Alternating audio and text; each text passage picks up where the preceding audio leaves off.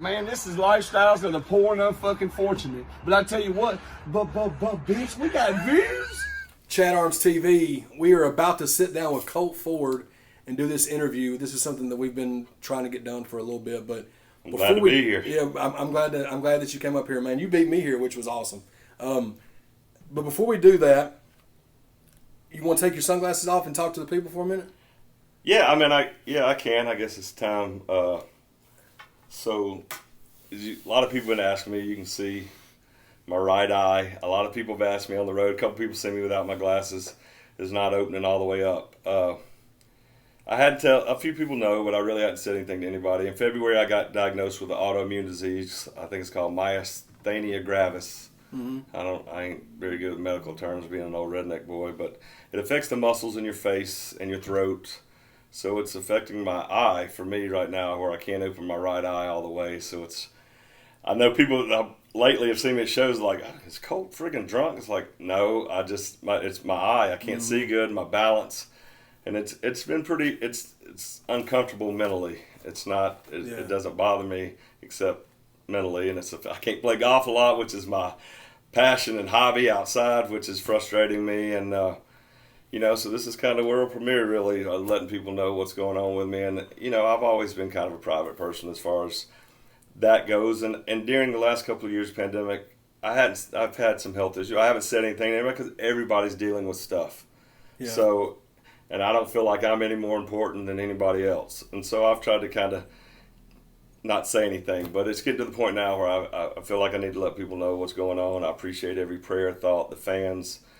I don't want to quit playing music, so I'm trying to figure out how to deal with it and treat it. There's no cure for it at the moment, but I'm faithful. I still got some love, some hope, and some faith, and I'm gonna keep rocking. I'll give up. I'll give out before I give up. Is all I can tell you. Yeah, man. So I'm gonna keep rocking, and thank you to everybody that if you see me out there or you think I'm not paying attention, it could be my eye bothering me. If I swerve over at you in the vehicle, I'm sorry, I didn't mean to. I'll try to keep that lane departure thing on there.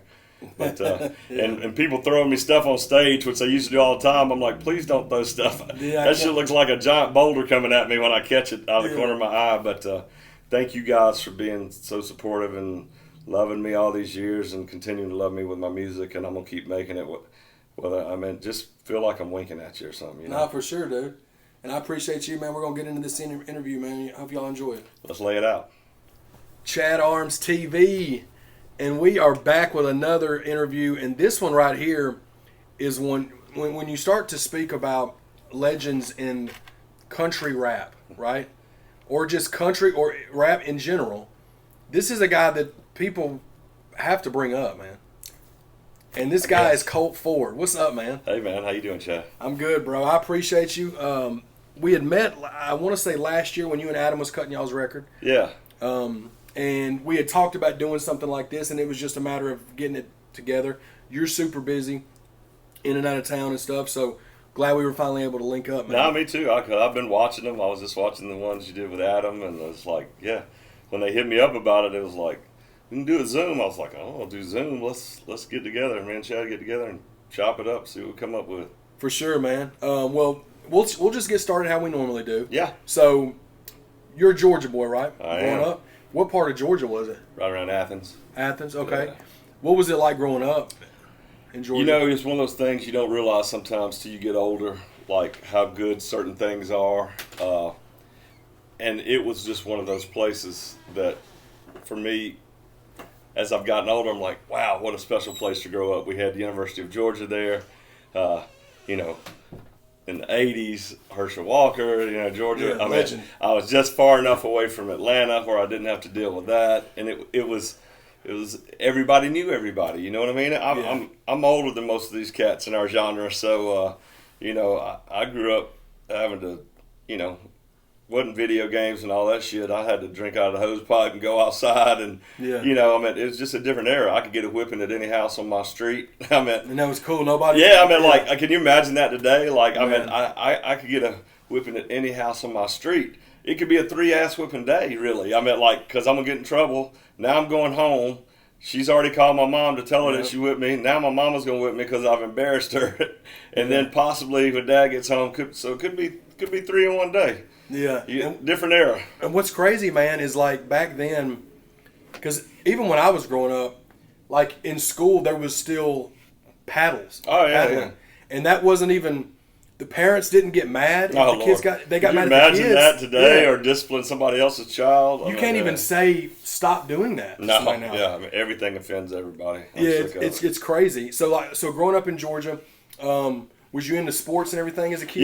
Yeah, believe it or not, I mean, I know most people have seen me become famous musically as a fat dude. And I was at 345, 350 at one point, and now I'm down to about 210, which That's is awesome, It's man. good to do that and feel a little bit better. But yeah, I mean, my dad coached in sports. That's all I knew. I mean, I was high school All-American in golf. I played basketball, football, baseball. I played everything. I had baseball scholarships, golf scholarships. I went to a school called Clark Central, who one of the premier programs in the United States. Actually, we had been ranked number one in high school football in the country. Yeah. So I can name you multiple NFL players that I went to high school with, that Division I athletes. So it was just a great town to grow up in. Yeah. The sports there with the University of Georgia, and then just as a whole, it was a great place to grow up. The older you get, the more you miss it. Yeah, for sure. So you said that you was a pro golfer. Yeah, most people don't know that. They think male model instantly when they look at me. Of course. Yeah, That's the first thing. It's a burden that I've had to bear all these years. But Hell yeah. you know what? Yeah, I mean, I always, my whole life since I was 9, 10, 11 years old, I was like, I'm going to play professional golf and make music. Mm-hmm. And of course, everybody's like, yeah, I'm sure that'll happen. Yeah, when you say that. Yeah, I mean, and I have done both of those things. I've been really blessed. To live two guys' dream lives, golf Yeah. and music, and still getting to do it. So I've been very blessed. I'm very humbled by that. What when you said that you got baseball scholarships, Yeah. right? What made you make the choice of golf over baseball? Did you just like it more? Was you more into golf than So baseball? I was more into baseball, honestly. Okay. Sport-wise, sport for sport, more baseball. Yeah. My dad played coached baseball, coached Legion baseball. And he was a little old used car dealer, there in Athens. And I loved baseball. I didn't think I was going to be big enough. And I knew, and we lost to East Marietta to go to the Little League, where they ended up going to the Little League World Series. Yeah. And that would have been like 82 or 3, somewhere in there. Yeah. And Mark Pachada, who ended up pitching for the Chicago Cubs, pitched for East Marietta. They won. They ended up winning the Little League World Series. Yeah. But I lost a game because of I threw a no-hitter and lost on an error, and it made me so mad. I was like, I did everything I could possibly do, and I lost because somebody else messed up. And that's what really made me want to focus more on golf. Was like, look, on golf, either I beat them or they beat me. I can't blame nobody. I can't put it. No outfielder can't make a mistake. Yeah. Quarterback can't drop the ball. Whatever it is, like it's on me, and that's kind of where I chose golf. And I was lucky to make a living at it. And people said, "Well, why didn't you music and golf at the same time?" And I tried to when I first started, but I tell people all the time, like, music that's when I go to bed. Golf, that's when I get up. I mean, they're very different schedules. They don't match up. Like, I talk to some of my friends that still play on the PGA Tour or Champions Tour. I talk to them sometimes when I'm getting ready to go. I'm getting ready to go to bed, 5:30, 6 o'clock in the morning. They're getting up. They're getting ready to go to work. They're getting ready to go warm up and get ready to play the day. Yeah. So their schedules don't match up. But it's been fun and unique to do both of those things. It's been interesting. Yeah, and we'll backtrack a little bit. So music, right? Yeah. When you were growing up, when did you start to really listen to? Was it country and rap when you was growing up, or did you just start listening to one and then found the other? Well, you got to remember, I just turned 53 August 27th, so just a couple weeks ago. Right. So rap wasn't even. It wasn't a thing. It wasn't even a thing. Yeah. Like, it just wasn't. I mean, so I always tell people, I'm like, musically, you're a product of your environment. You know what I mean? Right. So my dad's from Hartwell, Georgia. Which is a little old town about the size of this room we're in. He didn't have indoor plumbing until he was 18 years old. He never had nothing. So country was, it wasn't what they were, it wasn't what they did, it's what they were. You know what I mean? Right, I mean, like he didn't know no different. I mean, it was just, you know, you're happy to have biscuits and beans. I mean, like that's what it was. And my mom's from Anderson, South Carolina, in a mill town, so she went to school with the guy that played radio in that movie Radio.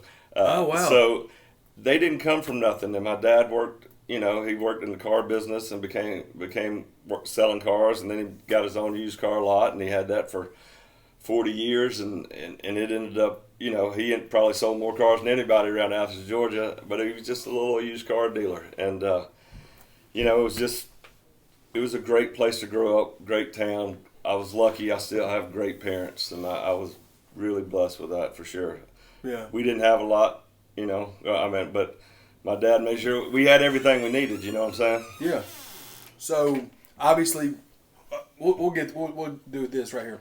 What was your first introduction to rap music?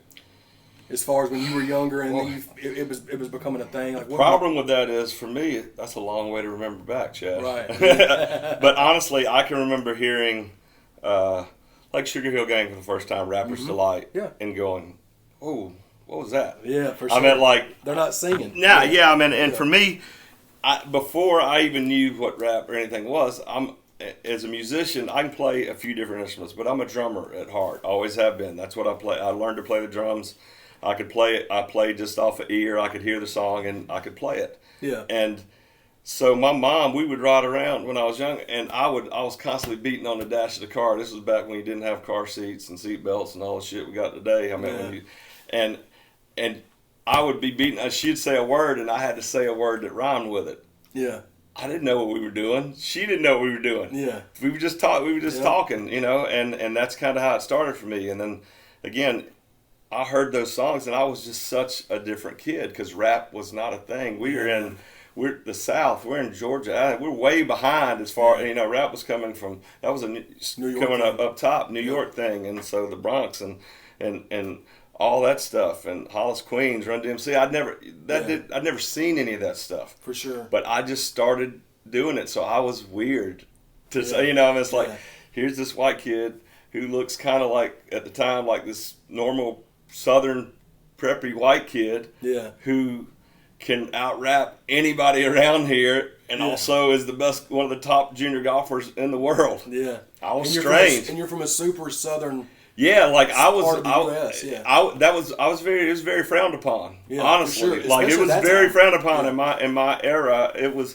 I was called a lot of things, and the racism existed sometimes more towards me than the other way. Yeah, and I don't know, man. I guess I was just weird. I don't know. I like being weird. I guess I did. Yeah. I just always marched to the beat of my own drum. I was talked about and a lot of things said and whatever, and I just kept doing my thing. My mom always told me I was hard-headed, so I guess I just kept doing my thing, and I was making records. I made a record in 1983, rap record, a rap record in 1983, and this was pre-Beastie Boys. I've never seen a white kid rap ever before I did this record, like.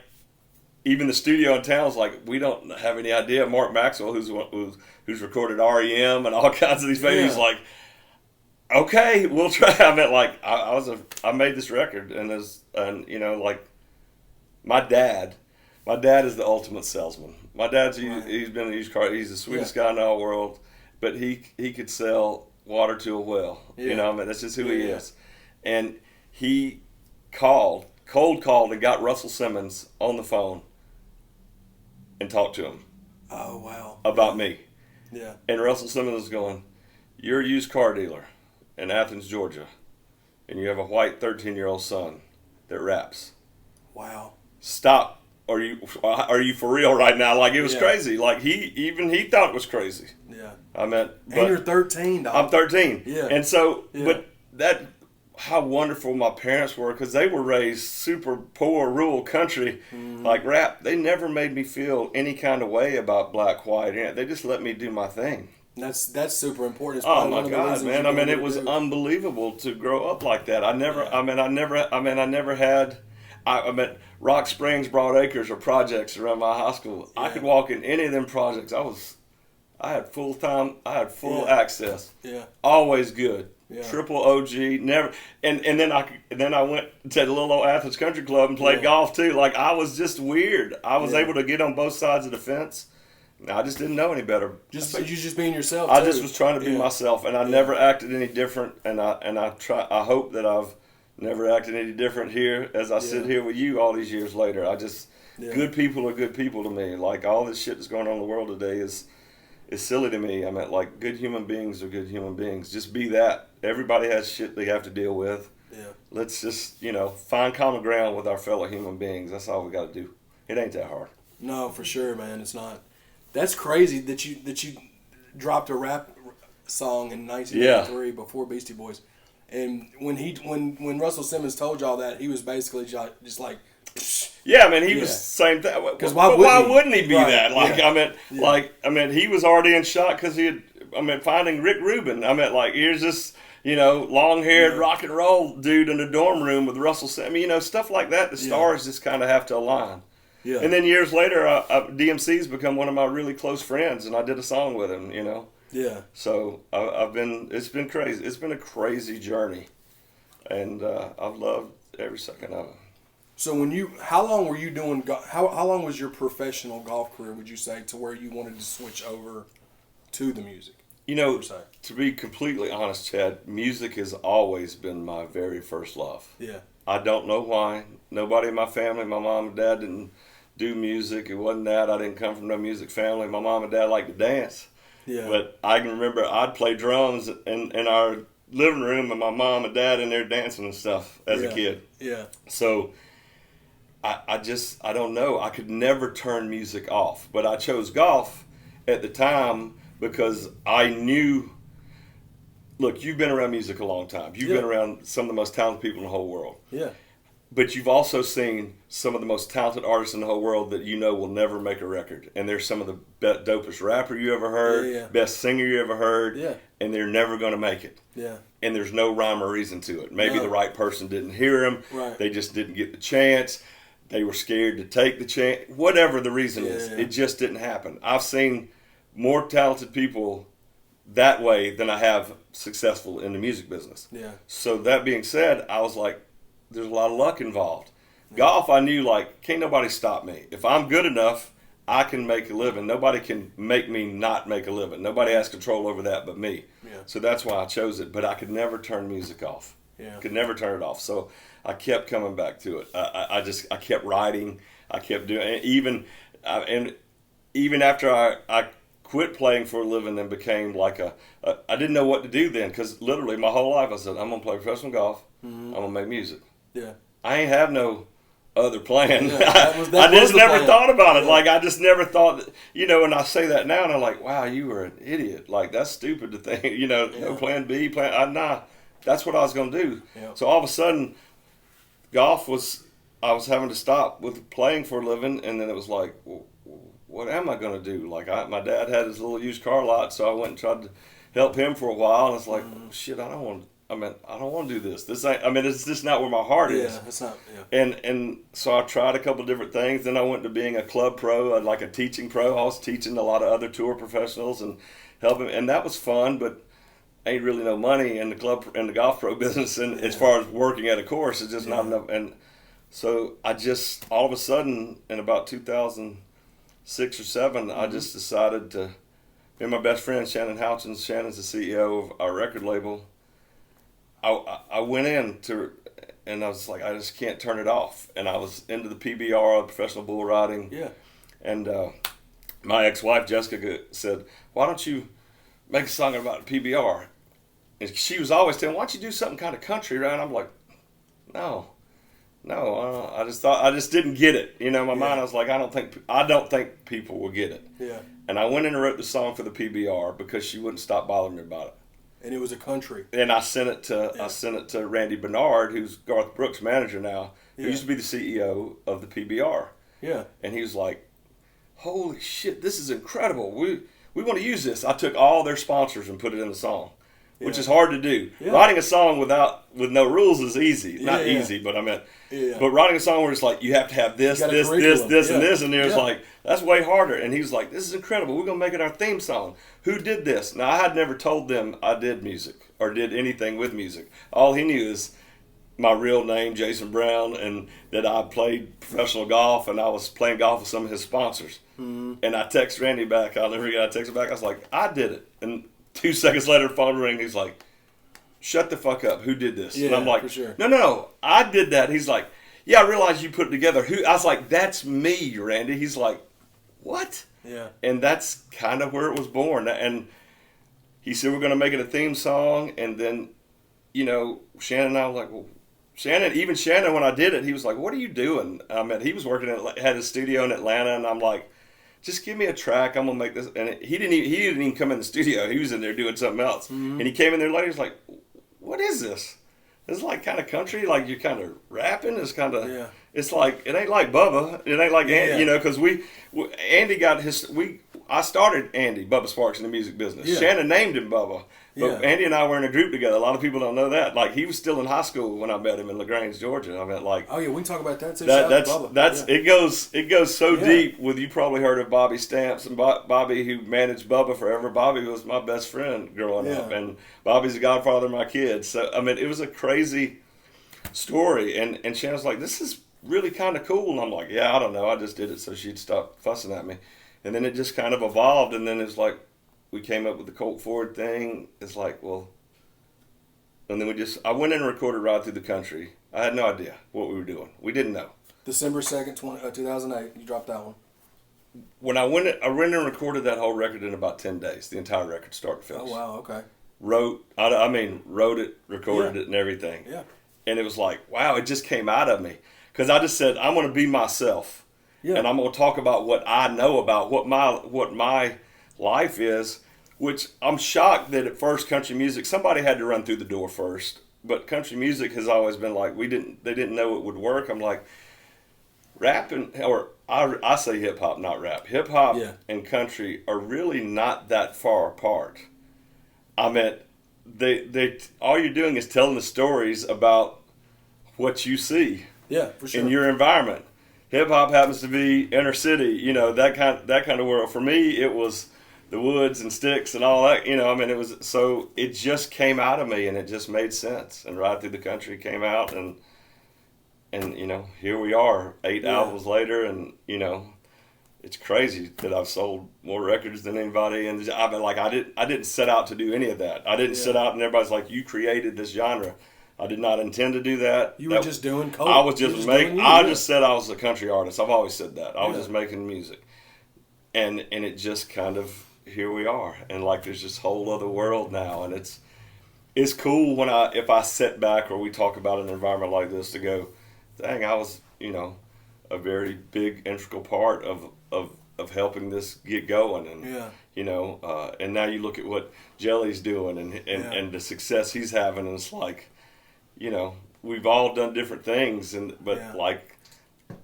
I didn't mean to, but I ran through the door first. I kicked the door open. I wasn't trying to do any of that. I was just trying to make music. I was trying to make music that I liked, and I knew there was people that thought like I thought. Yeah. And I thought they would dig it, and and here we are.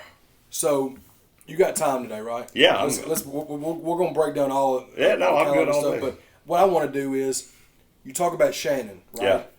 How did you and him grow up together? How did Average Joe, how did y'all come up with that? As far as all that goes. Shannon and I met, so I started working with Jermaine Dupri when I was, I was 20, maybe 21, so a long time ago. Jermaine was only 16, 17. He didn't even have a car. We met in Atlanta, started working. Was that before Crisscross? We did the first Crisscross record together. See what I'm saying, y'all? Y'all don't understand. We did that. Y'all do not understand. We did that record together. I mean, we didn't know what we was doing. We was just making music. I mean, as far as when you did it, how did you did it together? What did you? We were writing and put that whole thing. That whole record was almost made out of spite. So you had a part in writing that? Yeah, Jermaine and I did everything together back then. That's why fast forward to a year or so ago, I do a new song with Kevin Gates, and Yeah. Jermaine produced it. Bang, I mean, bang. like, Yeah. you know, and it was really cool to reconnect. I mean, we did all this stuff together, then we lost touch for a while, then we reconnected. We're doing some stuff again together now. He's by far one of the greatest people in the history of music production. I don't care what anybody says.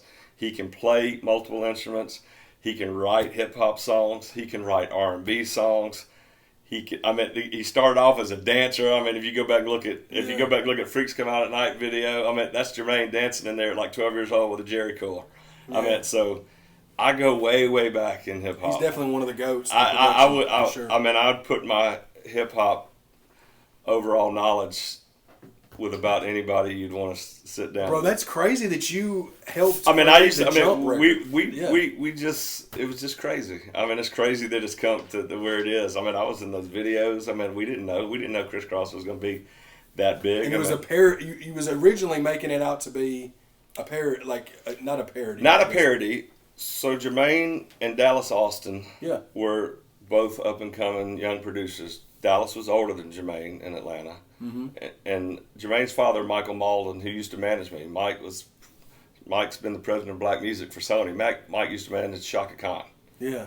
One of the OGs of the world. So, I mean, Jermaine, we were doing writing, making music, doing all kind of stuff. I mean, Jermaine produced, we were working together when we did the first, it wasn't even TLC then, they were called Second Nature. Chili was not in the group. This was okay. Yeah. You remember Arrested Development? Absolutely, so Tennessee. Yeah. Headliner, the DJ, and then his wife was the original lead singer of TLC. Dude, you're getting gems right here. Oh, dude. So his wife's the original lead singer of TLC. Yeah. She got pregnant, and when they kind of did their deal with LA and Babyface, they kind of basically kicked her out of the group. Oh, and then replaced her and intro Chili. Wow. Like, I mean, Lisa left. I mean, Lisa was coming down here from Chicago when she was like 7. I mean, we were staying at Jermaine's house. I mean, she wasn't even in a group at that time. Yeah. They were called Second Nature. So it's crazy to think where that evolved to. And then. So see, you were still, even though because you were young at this point. I was playing professional golf too. Yeah, you were still playing. You was like, and people would meet me with Jermaine, and they're like, "What the fuck is going on?" Like, you know, because Jermaine was a kid too. Yeah. I mean, he didn't even have a car. Yeah. I mean, like I would go pick up Chris and Chris every day after school and bring them to the house, and we would, you know, we just made it up, teach them how to say the miggity miggity miggity miggity mag daddy. Yeah. I mean, like Jermaine was just such a genius, but that all kind of evolved back up to, remember ABC, Another Bad Creation? Well, Jermaine had done some songs, and I guess at that, and him and Dallas are cool now, but Dallas, there was that friction of like, well, if he does it, then I ain't gonna do it, kind of deal. And ABC had their mental thing, and Mike Bivens, and and we kind of created Criss Cross out of spite because they pulled the records that had been done. For ABC. Right, because Dallas... Which were huge, because that was during that time frame. And Dallas, at that point, they were like, Mike chose Dallas over Jermaine. Which, they're both freaking phenomenal. Yeah. But I mean, at that point, that's what happened. Yeah. So, allowed me to retort, and Chris and Chris wanted an autograph from Silk Tom's Leather, which is the first girl rap group that was ever on Geffen Records. And Jermaine produced them. Yeah. Vicky and Jocelyn, they were from Atlanta. Silk Tom's Leather. Yeah. They never got huge, but they were pretty big regionally for a while. And they wanted an autograph from Jermaine, and it was like, so we were like, so what do y'all do? Nothing. We're just two best friends. You're both best friends. You're both named Chris. Look like a little miniature kid and play. Yeah, I mean, for sure. Yeah. One had a high top fade. Yeah. I mean, that's just who they were. And then it just evolved to being one of the biggest records in the world. Bro, on tour with Michael Jackson. Yeah, dude. Like, and you know, Jermaine went on to become. Jermaine's in the World Songwriter Hall of Fame. I mean, how many producers? One thing, say producers. How many are in the World Songwriter Hall of Fame? Yeah. Well, you're not just making beats. Songwriter. Yeah, you're right. You know what I mean? Not nobody else in the room helping you. Yeah. Songwriter. Yeah. Like, I think out of the top, Billboard put out the top 100 R&B songs of all time, and I think Jermaine wrote two or three out of the top 5. Yeah. So it's like, come on, man. Yeah. I mean, he's a GOAT. Shout out to Jermaine Dupri. Yeah, that would be a bucket list interview right there. He's GOAT, man. I could probably set it up where you can go down there. Yeah. Jermaine is just so unbelievably talented, and you know, it's cool that we've reconnected after all these years. We're both 50 now. You know, it's like it's crazy, and we still doing what we love, and still talking about doing more stuff together. And listening to, because I was listening to that song on the way here, the one you and Gates did that you produced. Hood. And hearing him on there, I had no clue about any of what you just told me. Yeah, a lot of people don't. And that's fire, dude. Like, you literally had something to do with crisscross jump, bro. Yeah. You know what I'm saying? Yeah, it was crazy. I mean, you know what I mean, and you were young. Y'all were. We were all kids, really. Yeah. I mean, we didn't know no better, and it was and people like I had record deals at the time then, but it was a weird time. It was a weird Vanilla Ice, you know. That was when he just because where are white people supposed to be in hip hop? You know, it was a weird time. Yeah. And I kind of got caught up into that, even though I was authentic as anything you. I mean, it wasn't a damn thing fake about me. I mean, I've been the same thing I've always been. Yeah. But it was a weird time, and again, we were kids. Yeah. Jermaine was a kid, so all of a sudden, you know, you're thrust into this world, and then there's all these people that are in the world going, "Who's this white boy that's with?" You know, I mean, like. Yeah. That's not supposed to be. And a Southern white boy. And a Southern white boy, yeah. I mean, and you know, things, we just kind of drifted apart. It wasn't never no, you know, hatred or nothing. It's just things moved apart. Yeah.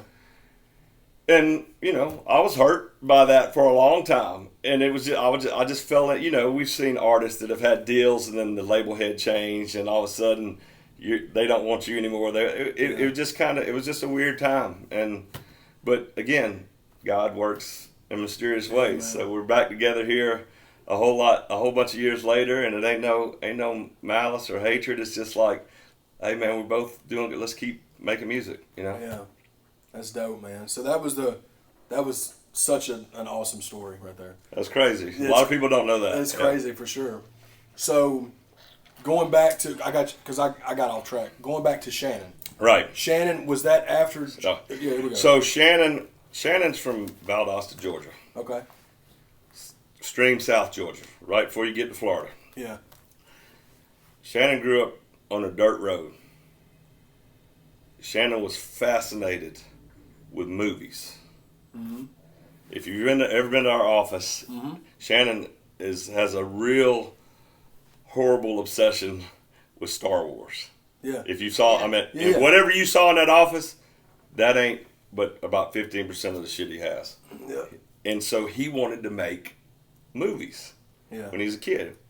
So his parents bought him the old VHS, deal. He's trying to get kids that lived around him and there in his neighborhood and his cousin stuff to film movies. Mm-hmm. And he's filming stuff. And then he's like, shit, I got to have music. So he started making music because he wanted to have music in his movies. Yep. That was why he started doing production. Yeah. So Shannon, he was actually in a rap group himself. Okay. Called Dosta Crew. So Valdosta Dosta Crew. Yeah. And they were on Ichiban. Oh wow. Way back. Yeah. And a guy used to manage Shannon them named David Kidd, who's Jermaine's cousin. Mm-hmm. And they introed that like that. And then Jermaine and I were already working together. And at the time, things were really blowing. So Shannon was the first staff producer that Jermaine ever hired. Okay, fun fact. Shannon Houchin's first staff producer Jermaine Dupri ever hired. Not any kind of big people you ever heard of. Shannon. And Shannon sold over 40 million records as a producer. So people need to understand that was too. Was that through Jermaine? Usher, TLC. Yeah. That was before any of Average Joe shit ever happened. So he had already had production credits on those kind of records? Yes. Shannon did. Working with Jermaine. Hell yeah, okay. So running labels, doing remixes for Jermaine, doing all kind of stuff. So that's where Shannon and I met, was through Jermaine. Gotcha. Okay. And then it ties together then. Yeah, and then he was like, maybe y'all could do some work together. I mean, all of a sudden it was like, maybe the two white guys should do, Mm-hmm. And Shannon and I, we, although one Valdosta and me and Ada, still our upbringing was very much the same. Georgia boys. Right, and just country kids who like sports and music, and two weird white kids that like hip hop, and so we started. I started going down to Valdosta to his little studio and making music, and that was the beginning of our friendship. Mm-hmm. Fast forward here now, later, Average Joe's is our company. it's crazy what it's been. Truly, like a lot of people talk about independent, nobody is more independent than we are. Mm-hmm. I don't care what they say. What if somebody has an affiliation some sort of way with a distribution, with a major or something? We don't. Yeah. We created every one of our deals ourselves. Right. All our deals with iTunes, everybody is direct deals that Shannon and that we put together ourselves. Mm-hmm. Never manufactured ourselves. Yeah. All of that.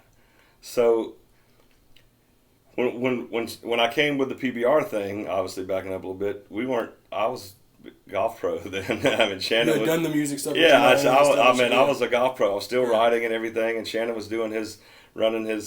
He ran Evander Holyfield's label for a while. He was in Atlanta, full production media company, doing all that kind of stuff, producing, blah blah blah, whatever, whoopie whoop, all that stuff. And then when this came out, he was like, "This is cool. We could do something with this." And then the PBR, when Randy said he wanted, it was like, "Well, what do we do here?" And this was just uncharted territory, because obviously, I mean, Shannon named Andy Bubba Sparks. Shannon would put all that deal together. I mean, with Jimmy Iovine and Timberland for Bubba, and Shannon produced half of that first record with Timberland. So when Bubba was on the podcast, he was saying something about Dark Days, Bright Nights was a project, and then when he got with Timberland, I guess they turned it into what they. So half of it was Shannon. Yeah, half of it was there. Okay. And so, things just progressed, and then all of a sudden it's like, well, what could we do with this? And it's like, I don't know. I mean, and we know everybody in the music industry. Mm-hmm. We didn't know anybody in the country music industry.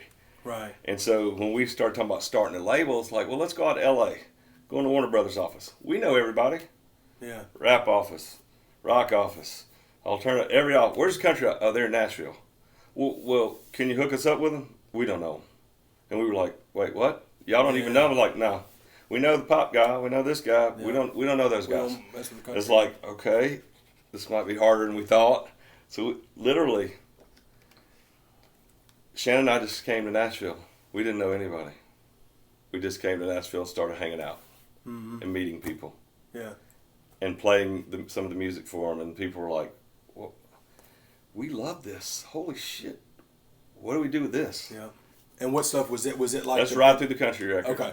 That music. And everybody's like, we love it, but we're terrified. Like, you're a 330-pound, 36-year-old white dude. Like, fuck you doing? This ain't going to work. You're out of your mind. This ain't going to work. And you're doing some of the Bone Crusher. Right. Even my family and friends, they're like, what are you doing, dude? Yeah. I mean, I had 2 kids at the time. Like, I literally hedged all the bets. Like, said, I'm all in. And everybody's like, you're out of your mind.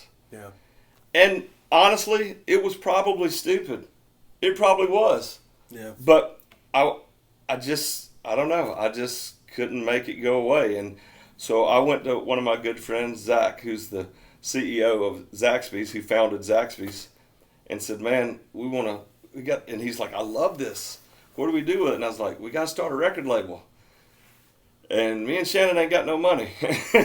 Not to start a record label. I mean, we were paying our bills, eating and everything. It was like, you got to have a good little chunk to you got to, the whole thing is, you want to make a small fortune in the music business, start with a large fortune. It's like, we didn't know. And Zach was like, and Zach didn't even know Shannon.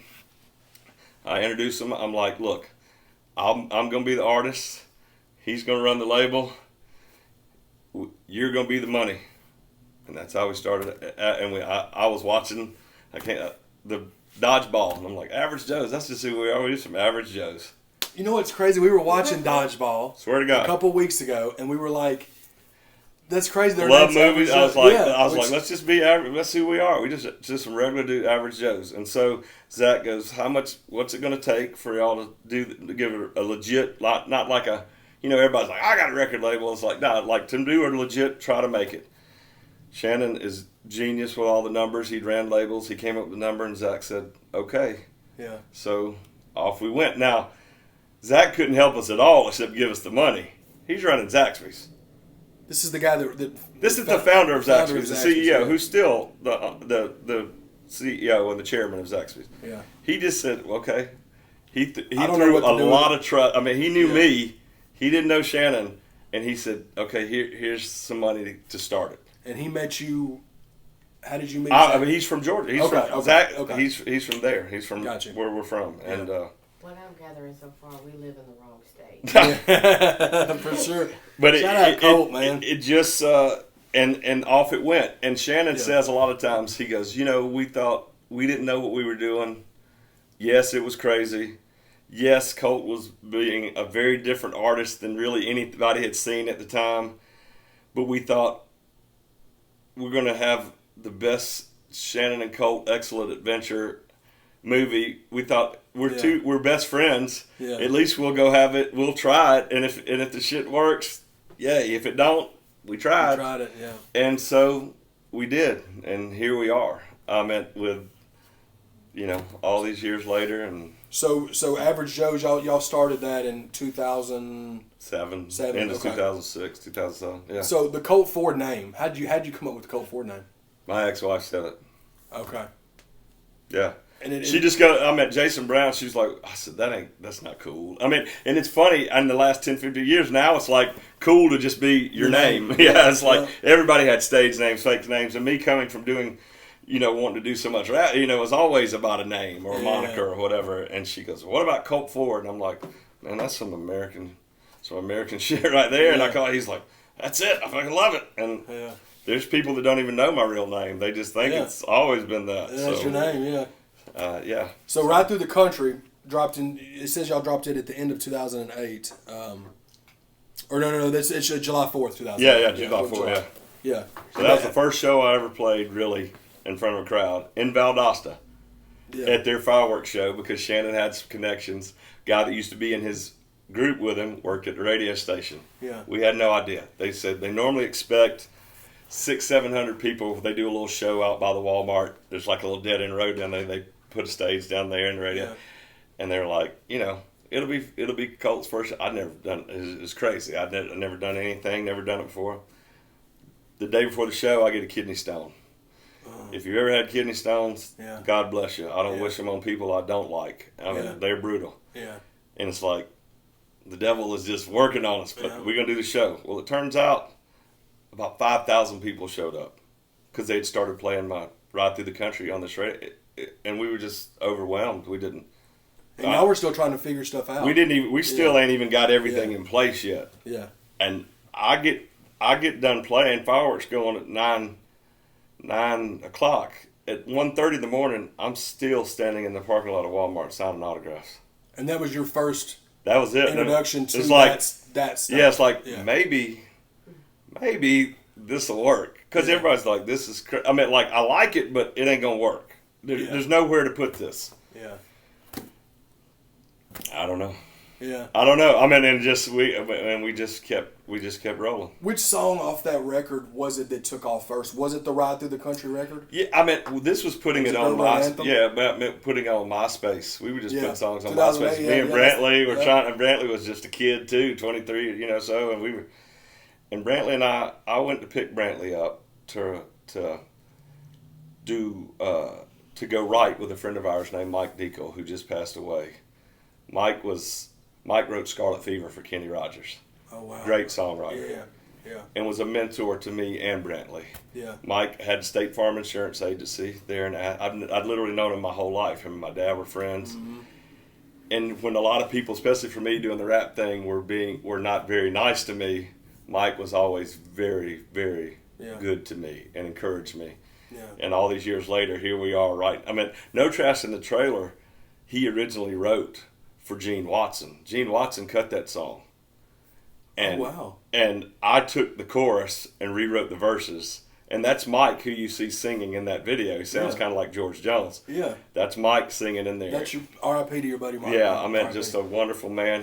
He died last year. Brantley and I got to go write. We wrote a song called One Last Song that we wrote with him. That's one of my favorite things that we've ever done. Yeah. And, Brantley and I we're brothers, truly like brothers. But, is that just another guy, Georgia boy you met through? Yeah, we started out together. I mean, and we wrote Dirt Road Anthem 30 minutes before we went to sit down and write a song with Mike that we spent like 6 hours on, and I don't even know what it was.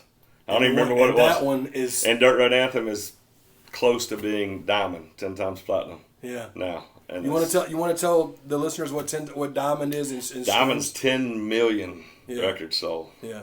That's crazy. Again, people like 30 minutes. I'm like, we didn't know. Sometimes that happens. Like, we didn't know. We didn't even know what we were doing. And I mean, Brantley's like, I got this idea for Dirt, and he was playing this guitar riff, and Brantley had already started writing that first verse. And Brantley didn't do rap music. He'd never done anything like that at all until he met me. I mean, other than growing up listening to stuff. Yeah. And we were like, wow, that's pretty cool. And then we left and went and wrote that other song, and then had no idea. We put Dirt Road Anthem out there, Brantley singing on my first record, and people, it went fucking crazy. And when you say diamond, you're saying 10 million sold, or is that streams too? Sold. That's sold. That's not streams. No, streams is a different. Because that was I mean, before streams were a thing. Yeah, it's crazy. That song, so we had done, I'd probably sold 250,000 songs myself of that song before Jason ever recorded it. Yeah, because then I was on tour Yeah. I was opening up for Jason in Florence, South Carolina. Yeah. I'll never forget. It was right before Thanksgiving. And, sold out arena. This is right when Jason's kind of he's going to be a star, but Hicktown and all that, he's getting ready to, and then he was getting ready to come with Big Green Tractor and all the, and it was coming. Don't You Want to Stay? Yeah. And She's Country. And we were sitting out back after the show, and Jason's like, dude, it's crazy to see 10,000 people sing a song that ain't never been on the radio.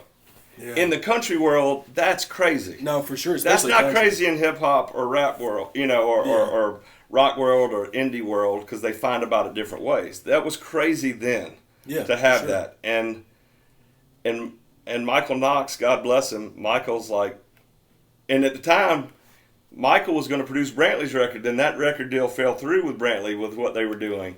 And he said, Jason, you got to record this song. You got to cut this record. And Jason was a little unsure. Mm-hmm. Michael pushed him. He's like, I'm telling you, this song is going to launch you into a different stratosphere. It's already done. Well, it's already done this, and people don't even know what it is. Yep. And luckily, and honestly, Jason still almost didn't do it. Because I remember he called me, Steve's like, man, I'm just not getting this. I can't say it like you say it. And I'm like, well, say it like you say it, not like I say it. Yeah. Because we all have different, patterns and cadence and intonation when it comes to when you want to come in or when you want to lay out, whatever. And then Jason made it his own, and the rest is history. I mean, it's more than double any of his other songs, maybe triple. I mean, and he killed it. So God bless him for doing it. But it was also a weird time too, because I was just coming out. Brantley and I had this underground following and everything, and all of a sudden a lot of fans got up in arms about it. Because he also cut My Kind of Party, which is a Brantley song. Yeah. That Brantley wrote just by himself when he was 17 or 18 years old. Yeah. So all of a sudden fans were like, he's stealing your songs. A lot of people were pissed. And we had to calm them down and be like, no, not stealing, but it got a little wild there for a minute. Like, people didn't know, which is cool that you have passionate fans. Yeah. But once they understood the whole deal, and then, it's been, and there's a few different versions out there. We also have the version where Brantley does a third verse. There's a version with Brantley rapping on there that's awesome. So it's fun to get on stage and do that with them sometimes when we all if we're in the right environment or we get to catch up with each other at the right time. Yeah, for sure. And I met Brantley through Jelly at I was at Jelly's studio on Music Row. He's super cool, dude. Yeah, Brantley is he's fantastic. Yeah. So that's when you really things started to take off when that album dropped. So now are you starting to tour and stuff like that? Yeah, we're starting to play. Yeah. And out there, and we came to Nashville. A lot of people loved it, and everybody and I started meeting other artists and everything. And it was all just organic. There was no manager introduce you to somebody. Like, it was just organic. Like, it was just straight up just hustle. Just out in the street and out in the mix, meeting people, getting introduced. I didn't know any of these people. Yeah. And then, and it just happened, and I got really lucky and blessed, and honestly, in that world, that's why I've done some things that really nobody Yeah. in the whole country rap For sure. has done as far as some of the artists and stuff I've worked with and the Oh, man. gatekeepers not being in the way and Yeah. some of the things I've got to do. So I've been really blessed and lucky to be able to do that. And now it's evolved into it's a whole nother thing now. Yeah. I meant like, Yeah. so it's its own thing now. Yeah. Because early on, honestly, I was nervous. I was like, I was scared to sing. And now I got lots of, like, you were listening to a song and you came in, like, most people be like, wait, that's Colt That Ford song's singing? fire, dog. And it's like, I was scared to do it. So I stayed where I was comfortable at. And as I've evolved as an artist, I've grown musically and what I could do. But, there was just no way to get there. It was just hard.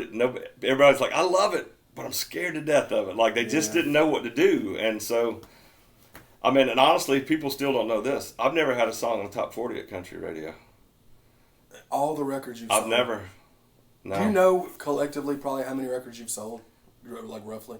Yeah, but I don't like to get into all that. People talking about whatever. But I've sold more records than everybody in this genre. Well, you heard how many he sold just on the one song. But You know what I'm saying? again, there's some people that are having huge success now. Streaming's a whole different thing. For sure. But yeah, it's just crazy. People don't even other artists, big time artists that are friends of mine are like, wait, what about Driving Around song? Like, no, platinum single, but no, 52 I think is what it went to. Yeah. Like back platinum, yeah, no, never. I don't know. Chicken and biscuits, whatever. Like it just is what it is. And would I like to be on there? Yeah. Because I grew up on the radio. Yeah. My son's 23. He don't give a damn what the number one song in the country is. Yeah. He might go. It might go. Co Wetzel, Jelly Roll, Drake. Lil, you get in his truck. It's like holy. You're like shit. These shit don't go together. Fleetwood Mac, Tom Petty, Cody Johnson. Like he just loves all that. He just loves all. But that's like you though. Yeah, You know and as crazy as I think it is to him now, and I'm going, well, that's not your fault. I made you that way. Like, because you get in my truck or car or whatever, like it's all over the board. Yeah. Like I don't even really associate with people like all I listen to is rap or metal or whatever. It's like, you're probably not a very well-rounded person if that's it. Like, I like all kind of stuff. Yeah. I think it's fun and it's interesting and it's fun to find comparisons in different genres. And if you put people together that are comfortable who they are, if you put me, you put me in a room with Taylor Swift. Taylor Swift knows who she is as an artist. Yeah. She's a phenomenal songwriter. Whether you like her or not, whatever. Yeah. Phenomenal songwriter. If you put us in the room together, we'd write something cool. Yeah. And we are, I'm old enough to be her dad. But we know who we are. Yeah. So if you know who you are, then you don't have the walls up and then you can be yourself. Everything's out on the table. Yeah. You know what I'm saying? So, And then you had I know another one that was a big success for you was Tailgate on the first record. Yeah. You ended up doing like a whole for every college team, every pro team. So it was it was big at the games and so stuff. The backstory on Tailgate, you're familiar with the rock band Lit? My Own Worst Enemy. Jeremy Popoff is a good friend of mine. At the time, I didn't know Jeremy. Adrian Young, the drummer for No Doubt, is a very good friend of mine. Adrian and I played golf together. Yeah. Adrian actually played on drums on Ride Through the Country on 2 or 3 songs. Oh, okay. One of the best, rock, ska drummers in the whole world. Yeah. But him and Jeremy were friends because they're both from Orange County. And he goes, I was telling him what I was doing. He's like, well, my buddy Jeremy's in Nashville now. He might can help you. So we came up here to meet with Jeremy. The very first person I wrote a song was me, Jeremy Popoff, and Jamie Johnson, and we wrote Tailgate. Jamie Johnson's a writer on Tailgate. Yeah, which you had him featured on the first album too. And so literally going into that Jeremy, I don't really know Jeremy either, obviously, and he goes, but I've told Jamie, you know who Jamie Johnson is? I said, yeah, The Dollar. I love that record, whatever. Yeah. He goes, so Jamie's a little different. And I'm like, okay. He goes, so he's coming over here. I've tried to explain you to him.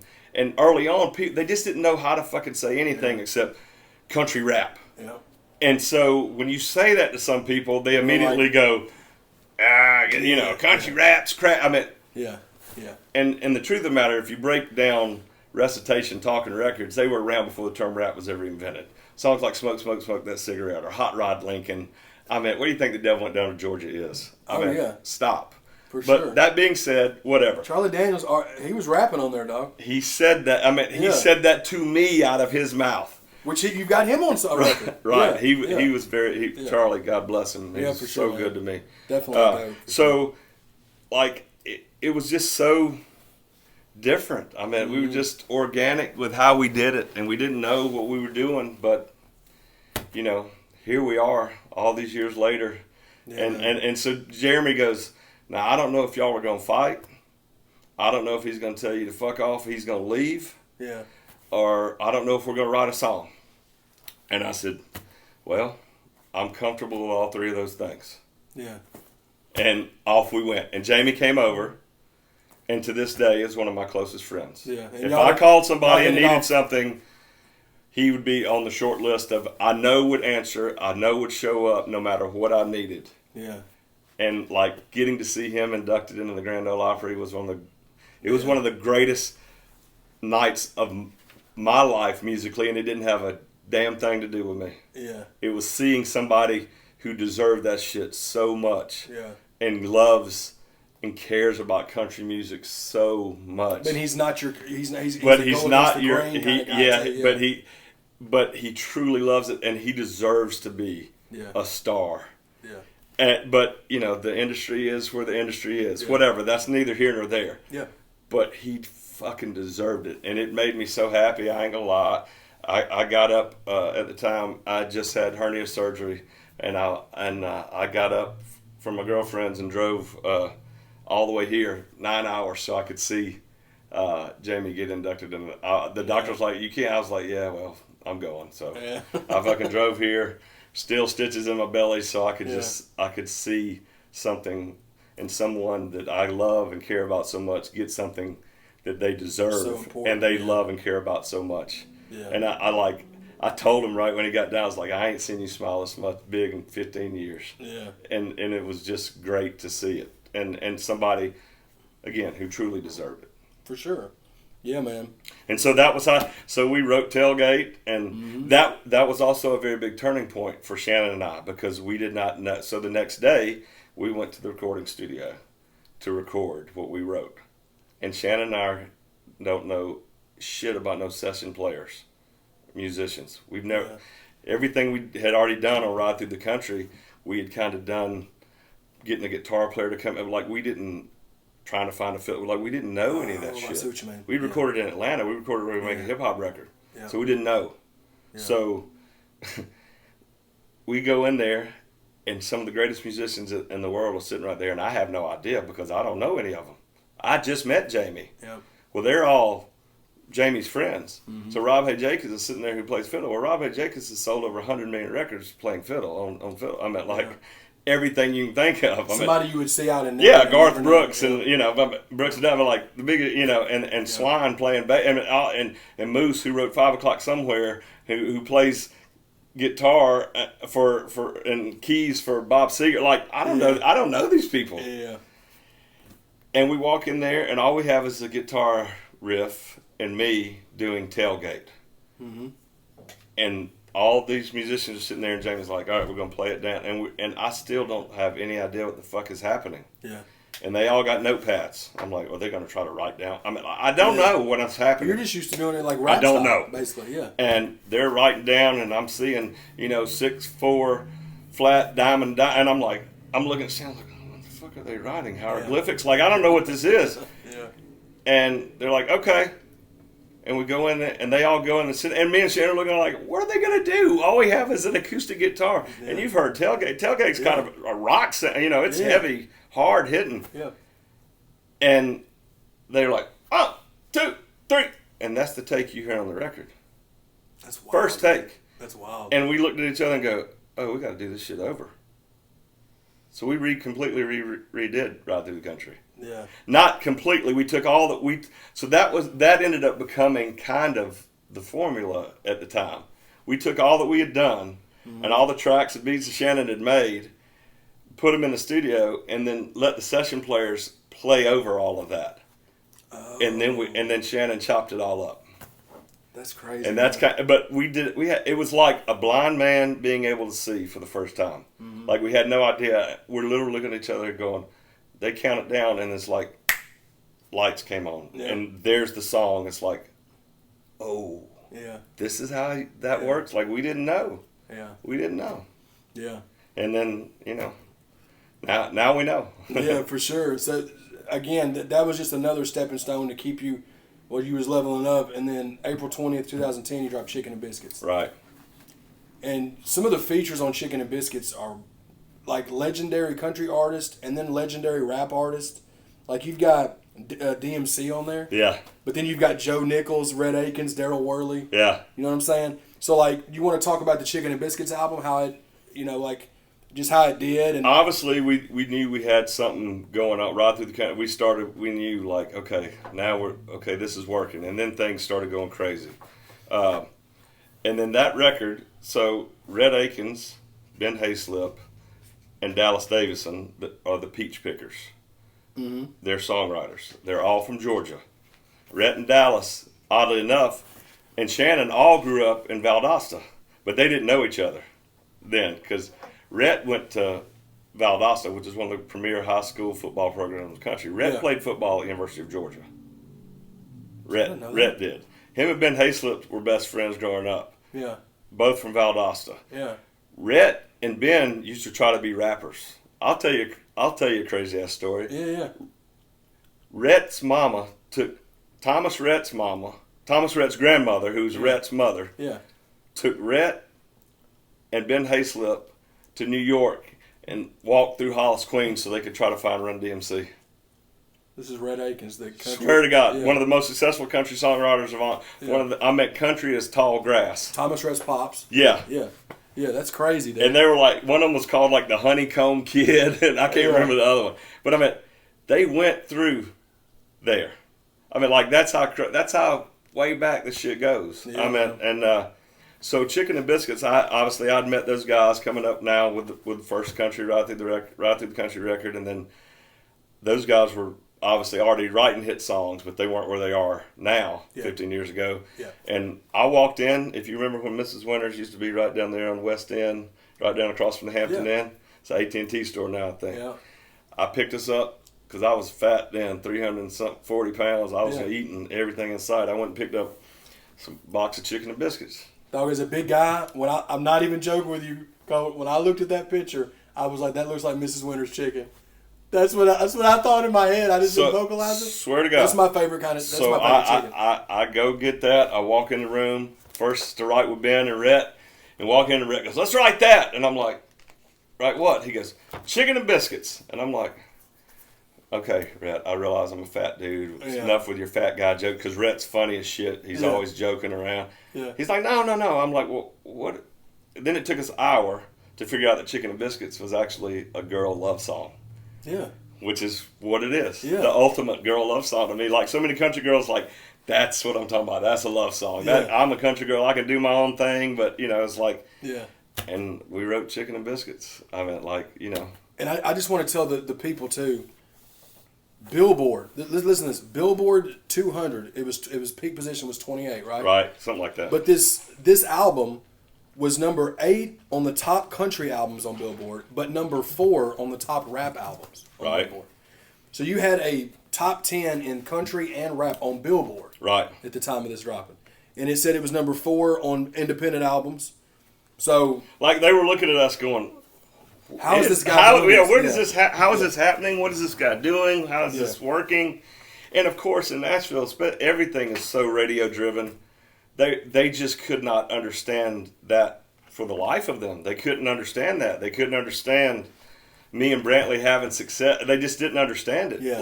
And I don't know that we understood it. We just kept making records. Like, we didn't know either. We were just trying to make records. So, I don't know. Who's crazy? And then, then you move on down the road to other line, and then I end up doing the number 1 record on the country chart and rap chart at the same time. First, I don't know if anybody else has done it, but I did it before anybody did it. Which one? Declaration of Independence. Oh, yeah. Damn, dude. So Declaration of Independence, number 1 country album, number 1 rap album, number 2 or 4 all genre album on the Billboard Top 200. Nobody'd ever done it. Yeah. And see, Chicken and Biscuits is doing what it's doing, and I just told you about it. But then it's not even a. Let's look here, bro. You're barely a year later. Now this is when you could ride an album out. Right, but we didn't know shit about that. You're just going. We just doing shit. We were just making it because, and plus we weren't on no major. It was our record label. There wasn't nobody there but me and me as an artist. So it was just you were the sole artist. Yeah, it's like here's the deal. If I don't work, there is no Average Joe's. Yeah. That's just the way it is. Yeah. I mean, like, that ain't pulling my own chain. It's just a fact. Like, if it don't work, there is no that. We're not making movies and stuff that we're doing now with our film company. I mean, we couldn't do all that. It just like, we're all in. Hopefully Colt works. And, luckily it did. And here we are all these years later. Yeah, and so 2011, May 3rd, 2011, you dropped Every Chance I Get. Yeah. Again, I want to read through just some of the features on this one for the people, right?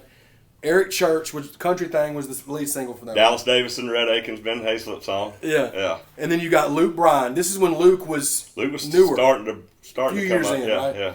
But then you have Nappy Roots. Right. Which is, I mean, everybody knows Nappy Roots from All in All, Yeah. But you've got Danny Boone from Rehab. Right. So who is absolute one of the most genius songwriters. I want that out there. One of the most genius songwriters that has ever written a song, ever. Yeah. Danny Boone. Yeah. Swear to God. Yeah. And I've never met him, but obviously I know Demon and I know, and salute to Demon. And one of my favorite absolute human beings in the whole world. Demon Jones is A1 human being, dog. Absolutely. For sure. I'd fight a grizzly bear for him. Yeah, for sure. But you got JB and the Moonshine Band. You got Tim McGraw on the album. Right. Like, so how did you want to speak a little bit about this album, this record, and how it was all organic. Again, I've never wanted to do anything. Everything I've done has really just been organic. Like, I don't want it to be like somebody knows somebody's manager and you pay him like that. It's just not. It's not real like that to me. Yeah. Like, I couldn't wrap my head around that. So it had to be. I had to have a relationship with them, and they had to really dig the song or relate to the song. And a funny thing about that Waste Some Time song with Nappy Roots, here's another little tidbit that most people may not realize. So the guy singing the hook on there, Nick Cowan, was on Zach Brown's label. Okay. Nick Cowan is now Nico Moon. Oh, wow. That is Nick Cowan. Nico Moon is Nick Cowan. Yeah. That's crazy, dude. Yeah. So, yeah, that was fun. It's fun to work with Scales and them. I love Nappy Roots, and they're Southern. That song was just fun to do. My dad was in the video dancing around. It was fun. Yeah. And so, like, again, you're continuing to just keep things, like, at this point, this was your third studio album, correct? And you were saying that you were the sole artist, so you had to keep things popping. Y'all were touring constantly, writing records and things like that. Then that brings us to a little over a year later is when you dropped Declaration of Independence, which was like you just said, #1 rap album on Billboard, #1 country album on Billboard. Yeah, and I think it's 2 or 4 on all genres. Yeah. On the top Billboard Top 200. Which, again, I never looked at it like, look what you've done or look at the cool stuff. I just don't really go about my life that way. And I don't mean that to be aloof or arrogant or anything. I think all that, when we talk about it now, I'm like, damn, that's crazy. That's cool. Yeah. But to me, it's still about just making music and working. It doesn't change who I am. Yeah. It's cool. Almost all of my plaques are laying on the floor. Yeah. I don't mean that ugly. That to me, that's cool. But I'm focused on now and in this moment and making music and doing something else. And that's for other people to say. Yeah. Everybody gets into who's the great, who's the GOAT. Yeah. I mean, like, it ain't none of my business what other people think about me. All I can do is what I can do. So I just do my thing, and the numbers are what the numbers are. Numbers don't lie. Yeah. I mean, so they are what they are. But I mean, I'm still just trying to make music and do it with people that want to do it with me. You know what I mean? No, for sure, dude. And I mean, obviously, like, the success of what you're doing is because of that. Like, you're serious. I mean, since 2008. You've been consistently doing that. Right. And then now with the label, that's just a whole other thing, like the label that y'all got too. But with Declaration of Independence, would you say that's your most successful album to date, or did you see some And some honestly, about soon. this is no lie, chat. I don't know. Yeah. I really don't know about them numbers. I mean, like, they'll tell me, like, I hear artists all the time, like, this, and they spout off these numbers. I'm like, I'm not being funny. I straight up don't know. It goes back to you just. Yeah, I don't know. Like, working. Yeah. When Declaration of Independence, I'd been on the road for like 8 days straight when Declaration, and that was when records came out and they got the numbers on Tuesday, right? Mm-hmm. So I just got home late Monday from like 8 days on the road and working Tuesday. Obviously wake up and Tuesday the numbers come out and I got the #1 country album. I knocked Zach Brown album out. Yeah. I got the #1 rap album. Yeah. And the #4 or whatever, 2 all. I wake up to like 50 missed calls and all these, and everyone's like, all fire. I'm like, what are you gonna do? I'm like, I'm about to go back to sleep. I'm tired of shit. Like, yeah. That's awesome, but I didn't make music to win a trophy. I mean, I made music because I love it, and I wanted it to mean something to somebody else. So it was cool as hell, no lie. But I just went, let's go back to work. Yeah, and then with Declaration of Independence, it's another one of those things too, where you do what you've done on the previous ones, and you have you've got collabs with some of the biggest country. You got Aldine on there, you got Montgomery Gentry, Kix Brooks, Jake Owen, but then you'll have songs with Wanye from Boyz II Men, right? You know what I'm saying? They're my favorite R&B group ever, for sure. Darius Rucker, which is dope. That's probably shortly. That was probably. Had he been in country that long? He'd been here a little bit, yeah. He'd had a few #1s. Darius is a great guy. Yeah, and Darius is a huge hip hop head. Really? Knows all old school hip hop. You'd be surprised what he knows. Oh, that's cool. Yeah, like can do every Chubb Rock record and do stuff like that. Yeah. Knows every Special Ed record. Like like the OGs. Yeah. Yeah, man, and you just keep things. Yeah, I mean, it was crazy, and so back. I did with Jake, who's one of my good buddies, and that song, that is pretty much my life story right in front of you. Everything in that song is real. Yeah. My best friend David did grow up next door to me. He had spina bifida. He used to be the poster boy for spina bifida. Never walked a day in his life. He was my best friend. He lived next door. We played hide and seek. Somebody's pushing David.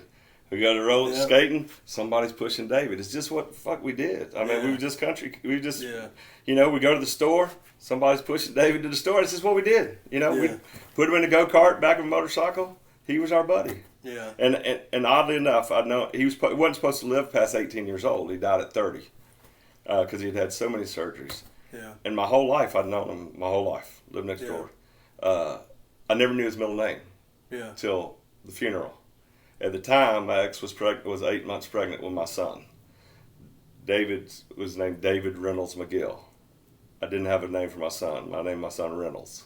Oh, that's cool, man. And I'd never met anybody named Reynolds or whatever. Named him after David. So that's cool, everything in that song was so real to me. Yeah. I'm standing over his gravesite in that video. Yeah. My parents are in that video. My family's in that. It was everything. Yeah. That was just my life. My son, young, and they're throwing baseball, and it's just it's just what it was. And then driving around song, Jason and I had been trying to, and that's another example of it needs to be organic. I'd asked Jason to do a few songs before we got to driving around song. Yeah. And he never had a song that it felt right to him. Yeah. Like we talked about some stuff. He's like, I could do that. And I'm like, okay, well that's not. I didn't want. I could do that. You want to be. I want, it's like, no, I don't want, I'll take one for the team. I wanted like, oh shit. Yeah. And that song was, I didn't write Driving Around song. By God, I wish I did. That was Craig Wiseman, Chris Tompkins, and Rodney Clawson. 3 of the biggest songwriters in the world. Yeah. And they sent it to me, and I was like, oh my God, this is, and I sent it to Jason. And Jason's like a lot of other artists, like a lot of us, sometimes we get busy. You get so many messages, you don't get to it. 5 minutes after I sent him, hit me back. Yes, I'm in. Let's do this. Yeah. And it's So and that ended up being a major big record for me. My first platinum single as an artist, and obviously a lot of that because Jason and his huge success. So with Driving Around song was the first platinum one. Yeah. Yeah. That's dope, man. And then July 1st, 2014, you dropped Thanks for Listening. Mm-hmm. I know that. when I've been looking on both Spotify and Apple Music, I'm pretty sure "Working On" is like the highest stream song on both of those platforms. I know it's over 110 million. Yeah, it's a platinum song too. Did you do was that one of the singles you had planned on, or was it one that just kind of took off? I knew it was special. I mean, Yeah. when I got done with the song, I reached out to Marcus Luttrell. A lot of people don't know this. Marcus is the Navy SEAL that survived in the movie Lone Survivor, who wrote Lone Survivor. Oh, wow. Marcus okay. is Yeah. the Navy SEAL. The movie with Mark With Wahlberg. Mark Wahlberg. Yeah, Mark yeah. plays Mark. Okay. He plays Marcus in the movie. Years ago, my first publicist, Evie McFarland, who's one of the biggest publicists in Nashville, Evie, I just had Ride Through the Country out, I think. And I knew about the book Lone Survivor. I knew the story because I love the military stuff and special forces stuff and this country. And she goes, Marcus Luttrell, the Navy SEAL that wrote that, that survived, is in town. We asked him if he wanted to meet any country artists, and he said he'd like to meet Colt Ford. I was like, how the hell does he know me? Like, I got one record out, and I ain't on the radio. Like, I'm going, how does he know me when you got all these other people? And he's like, man, your music just made me want to come back home. Like, Ride Through the Country, Dirt Road, like it made me want to come back. It made me want to fight to get back home. It's who I am. And we became friends. Mm-hmm. And then when I said, I'd like to do something special with this song, and I want to give the money to your organization that helps men and women coming home suffering from PTSD. Yeah. And Marcus agreed. And we have one video. I don't know if you've seen, there's two videos for that. Yeah. One of them's like an 8-minute short film. Mm-hmm. And Marcus and I do a PSA at the beginning of it talking about, PTSD and things like that. Yeah. And it was really intense. The video, that little film is very, very intense. And Marcus was kind enough to be a part of it. And I've been lucky to kind of get inside that world of some of the special forces and the SEAL team guys. I've been lucky enough to get into the SEAL team compound, one of the few civilians to ever do that. And it was cool to do that song and be a part of that. Yeah. And Marcus to be a part of it, and for it to go to where it's gone to is super cool. Yeah. Yeah, so that's and just pulling up speaking on Thanks for Listening, Billboard number 2 on the country charts and number 1 on the rap charts. Right. So, it was funny early on, like they all put me in the rap stuff. I never put myself in that category. They did. They were doing it. Yeah, they were doing it, and I'm like, do you think it was because they didn't know? Yes, because they didn't know. They didn't know what lane Yeah. I was riding in, and I didn't either. I was just making music, so I was just happy that people liked it, whatever side of the fence it was on. No, for sure. It's just good. And then it was number 1 on the independent albums for Billboard too. So Right. it was. Thanks for Listening was fun too, because I did the content and got people. I did a song called Thanks for Listening because it really was that. Like, I really was thanking the fans. Like, that's what it's all about. It ain't about me as an artist. It should be about the fans and the music. That's who make it work. Yeah. That's who greases the wheel and makes it turn. If it wasn't for the fans, I've dug a ditch. I don't want to do that. Right. So I'll take a picture. I don't care if I'm eating a patty melt and got mayonnaise on my face at Waffle House. We can take a picture. I don't give a shit. Yeah. I'm a regular person just like y'all. Yeah, man. That's awesome. So picking up, basically, a couple of years after the last record that we just talked about, Right. we're at Love, Hope, and Faith. And when you took those couple of years from doing albums, was it something, was you doing other stuff, or was you dropping singles, or? Yes, and no, just working so hard and playing so many shows. It was hard to find time to write, and sometimes you get like that. Like, you can't. I go through phases where I love writing and I'm way into it, and then all of a sudden I don't really want to write. I'll start writing down ideas or whatever, but I just don't really feel like writing, and so then it finally came to fruition. I mean, you can see that tattoo, the Love, Hope, Faith. I mean, that was actually, this came before it, and I was like, I'm just going to call it that. It says 3 things you never want to lose. Yeah. Love, hope, and faith. And yeah. so that's kind of where it came from, the tattoo. Well, and before, in between, thanks for listening to Love Hope. You did drop a greatest hits, Answer to No One. Yeah, Like we did the greatest hits. Yeah. There's a Walmart exclusive record in there somewhere that I don't even remember. It was just for Walmart that I did with them. I can't even. You know more. You know the dates a hell of a lot better than I do. Yeah, this is showing you dropped October 23rd, 2015. Yeah, it's got. I don't know if it's got the Walmart exclusive one on Spotify. It might not have it on It may there. just be on the physical release. But yeah, May 5th, 2017, you dropped it'd be your sixth studio album at that point. Love, Hope, and Faith. Love, Hope, and Faith, 4-Lane Gone. Let's see, we got Reload, Dynamite, Young Americans, Dirt Road Disco, 4-Lane Gone. Yeah, 4-Lane Gone. That was my first foray into really me singing all by myself. That's one of my favorite songs. I thought for sure this is a song that's gonna break through with me at radio. Yeah. 4-Lane Gone. Yeah. Shot a cool video to it. It's me singing. Look, I know I don't sound like some great singers, but I do all right. I figured out what my voice was. Yeah. And that song was just, what a great song. Houston Phillips sent it to me, and I thought for sure that was the one that was going to go. And I had a couple stations jumping on, like, this is it. We 500 times, spin it 500 times. But then I had so many radio stations that early on were going, well, the rap, it's not country, whatever. Okay. Yeah. We fast forward all these years later, and I'm going, there you go. I'm giving you, it's me, not with somebody else. Me, all by myself, me singing. And some of them same people go, why aren't you doing what you used to do? And I'm like you're shitting me, right? Like, you're kidding me. And, it's just, hey, man, it is what it is. Yeah. But, again, on this record, man, you had some big records with features, too, because you had Tyler Farr. Yeah. You had Brad Paisley, Toby Keith. Yeah. On the records. And that was a song Toby and I did, shot a video for. He's been so good to me. He's one of the he's on Mount Rushmore. Yeah. He's been so good to me, and he's healing up from his cancer right now. I was going to ask you about that. Yeah, I think I'll see him. I don't know when we put this out, but Friday I play the State Fair in Oklahoma City, so I'll see him. He lives right by there. I'll see him. Oh, that's cool. And then you had, going back to what you spun at Lit, you had Lit on the album. Yeah, again, that was fun to do a Lit record. And then and Tyler Farr, some people don't know, Tyler Farr played guitar with me before he had a record deal. Oh, wow. Tyler was on the road with me for almost 2 years. So during Declaration of some of those records, before, Tyler was playing with me on all those records. Yeah. That's cool. Let's see. Okay, so now we're That's Tyler doing the turkey call and shit on Hey, We Want Some Country, the song that me and Rhett did. Yeah.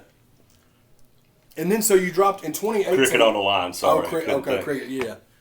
2018, before you dropped the We the People record, you dropped a deluxe version of Ride Through the Country. It was just with some few bonus tracks, right? Yeah, a few bonus tracks. Was the other records, it was the same album, it was just kind of like maybe an anniversary, it was a 10-year anniversary or something? Yeah, kind of like that. And then, we did the anniversary of the 10-year record and did a couple different versions of songs that were on there with, like, Ronnie Dunn was on there and, a couple Joe Diffie was on there. Mm-hmm. Who we just talked about, good Lord, I'm drawing a blank as hell, getting old. Swinging, John Anderson was on there. Singing Waffle House. It don't get much better than that. Yeah, dude. So I forget about some of those things we've done, kind of the in between things. Yeah. And a lot of Ride Through that Ride Through the Country Revisited, we went and recut tracks and and changed some. Didn't change the content or anything of the song, just updated version, I guess. Yeah, for sure. Gave it a makeover. Yeah. Yeah, and then that leads us to We the People, Volume 1. Yeah. Which you dropped September 20th, 2019, it's showing. Let's see. Man, at this point, this was number 7, right? Yeah, this was number 7 on your albums. Yeah. For sure. This is when you had Mitchell Tenpenny on there. Slow Ride. Oh, man. Yeah, dude. Mitchell's freaking amazing. I think he's really starting to get his due now. He's going to be a big man. That guy can sing, and what an incredible songwriter. Yeah, man. And just a great dude. Another guy that I've kind of found recently, Jimmy Allen. Jimmy. Yeah. Yeah, and of course you and him had Back to Them Backroads on there. Yeah, that was fun to do. Jimmy's great. Yeah. And at this point, I mean, you're over 10 years in as far as just since you've been dropping albums. Right. I mean, you've been doing it for 20 years Right. at this point, or more. But did you see anything as far as things changing as far as maybe not the genre, but because you kind of have your own thing, people put you in the genre. Yeah, it's funny because honestly now I feel like I'm not in that genre either to a certain extent. Yeah. I meant like what Ryan, what Upchurch and Adam and Struggle and some of the guys are doing. I meant like sometimes I don't know if I'm in that either. So, right. But they won't let me all the way in the countryside either. So I'm back to being on the island by myself again. Yeah, it's all right. Well, yeah, and going back to me, you've done some collabs with a lot of big artists. You and Church should have named it after me. Yeah. In 2018, which was dope. I think me and him just need to do a whole record.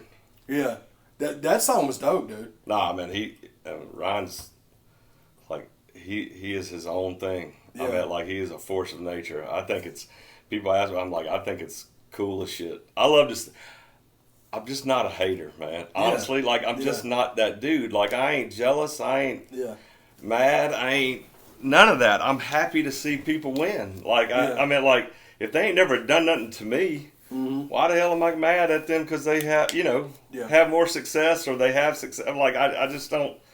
I don't know. I think me and Ryan could make if we made a whole record or EP. I think it'd be pretty banging. Yeah, man. I mean, and he like I said.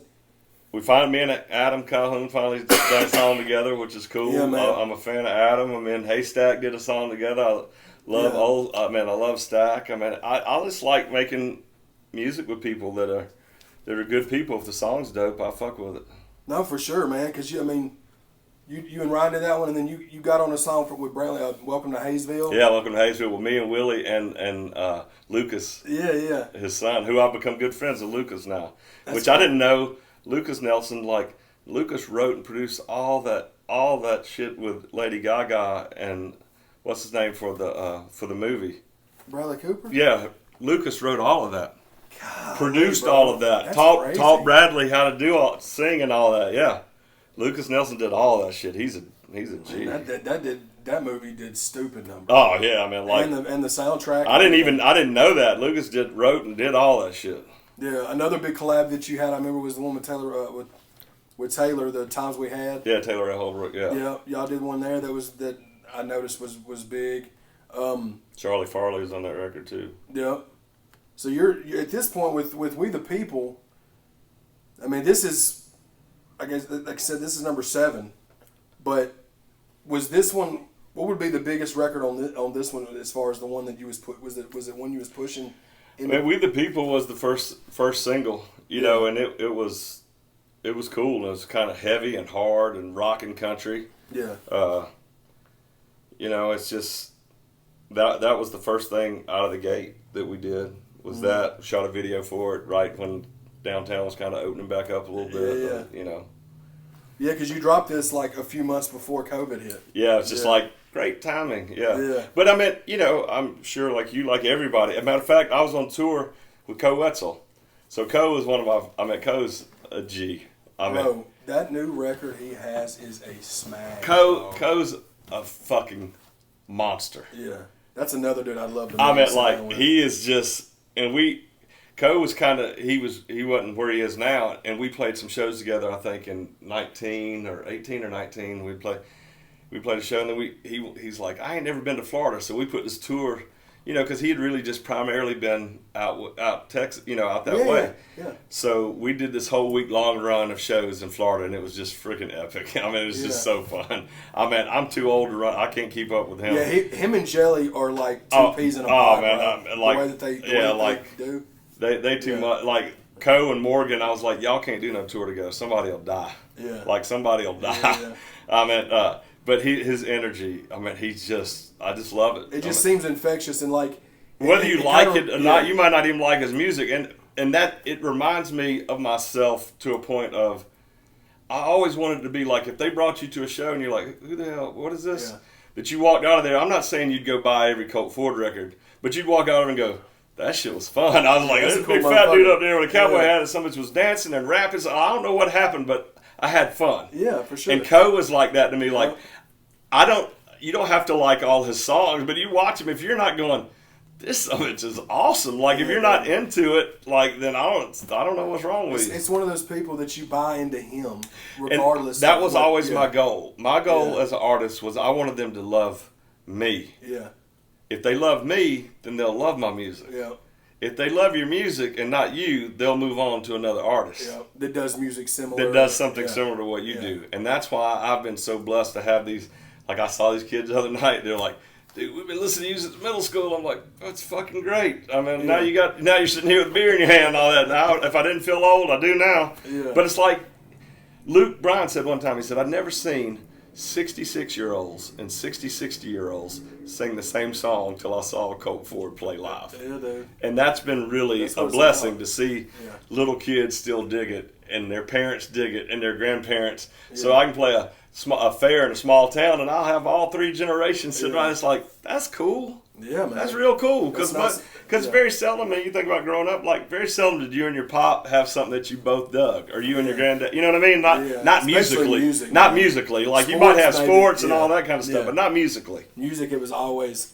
It took me getting older, right, to appreciate his love, because Skinner's his all-time favorite. So like growing up, I was like, yeah, Dad, Skinner's cool, but I want to listen to Bone Thugs or something, you know. But now, I see what you're saying though. But that is super cool. And when going back to Coe, that Creeps record it sounds like early 2000s rock. Oh yeah, alternative. Yeah, like I mean, to me, like if Coe came out 15 years ago, 20, I mean, he'd be more in the line with like Nirvana or Hinder. Yeah, Hinder, or like, you know, something like that, something along those lines. That's as soon as I heard that song, I was like, bro, this shit is a smash, man. Yeah, I mean, he's another one, force of nature. Yeah, for sure, man. Yeah, so you dropped the last full studio album you dropped was We the People, right? Because then I noticed that you dropped, which what I was listening to on the way up here. You dropped Keys to the Country, the EP. Yeah. In November of last year, and bro, there's 2 songs on that EP that I was telling you about. If I Didn't Know Better, which is a straight up country ballad. Yeah. And it's a smash to me. Like I love that. May be my favorite song. That's another one of those things, like me stepping out doing some stuff like that I really love. I was always afraid to do. Yeah. And now people hear that and they're like, I don't even believe that's you. And I'm like, you can't play that on country radio? Like, you definitely should. Well, it's like, come on, man. That is a freaking, that's a real freaking great country love song. Well, In My Town is the other one I was talking about. That is a smash country party record. To me, I mean, I feel like if you pick the artist, you know, I mean, whatever, Colesville, somebody puts that out there right there, it's out of here. Yeah. Out of here. Yeah. But, you know, it's Colt Ford, so they'll have to find it however they find it, and that's okay, man. It just is what it is. That song rocks, though. That song goes hard. And then you had I wanted you to speak on, how did the collab with Kevin Gates come about for Hood? Was that something that's just somebody you've been wanting to work with? Yeah, I mean, I just been a fan of Gates. So my drummer, Tim Haynes, been with me for a long time. Phenomenal drummer. Mm-hmm. Tim's son, Eli, who is now 21, hard to believe. He's, 10 years I've known him since he was a kid. And I'd let him. Tim was a single father, and me missing my kids so much from chasing the music, you miss stuff. Yeah. You miss a lot of life. I ain't gonna lie about that. Yeah. I mean, and there's times when I wonder if everything that it costs me is worth it. Yeah. As you get older, the more you think about that. I get that. A lot of time, my kids cost me a marriage. Mm-hmm. Is what it is. Everybody's still great. Everybody's happy, healthy, and moving on. But it's easy to sit there and go, shoulda, woulda, coulda, what if? But yeah, I mean, it's. That song, a lot of people were scared of that song. Like Nashville was scared of that song. Hardy wrote that song.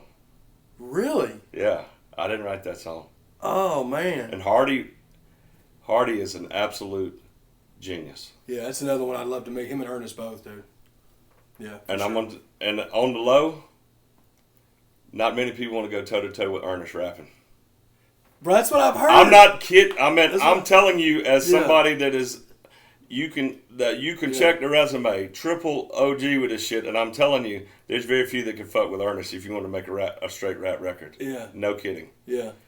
That kid is like them three, Ernest, Morgan, and Hardy, like them three are gonna have so many hit songs written together.